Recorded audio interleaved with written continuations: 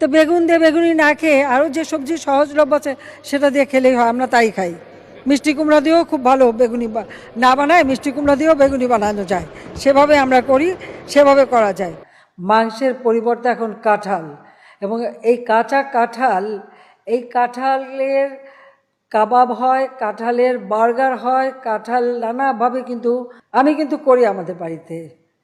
কাঁঠালে কাবাব করি, মাংসের পরিবর্তে কাঁঠালটা দিয়েই আমরা ওই স্বামী কাবাব বানানো বা বার্গার বানানো, কারণ আমাদের এখন অনেকে ভেজিটেরিয়ান হয়ে গেছে।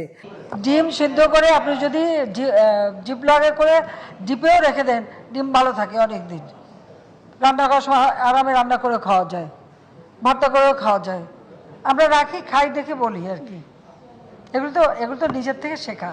এখন থেকে কাঁচামরিচ কিনে রোদে শুকায় রেখে দেন, বর্ষাকালে যখন দাম বাড়বে ওটা কিছু একটু পানিতে রাখলে কিন্তু আবার তাজা হয়ে যায়, আবার রান্না করে খাওয়া যায়।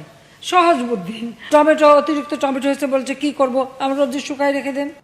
পেঁয়াজ ছাড়াও কিন্তু রান্না হয়। হ্যাঁ, আমি কিন্তু করি, আমি করি তো, আমাদের বাসায় করে। আমরা কিন্তু পেঁয়াজ ছাড়াও রান্না করি। অনেক তরকারি আছে যা পেঁয়াজ ছাড়াই করা হয়।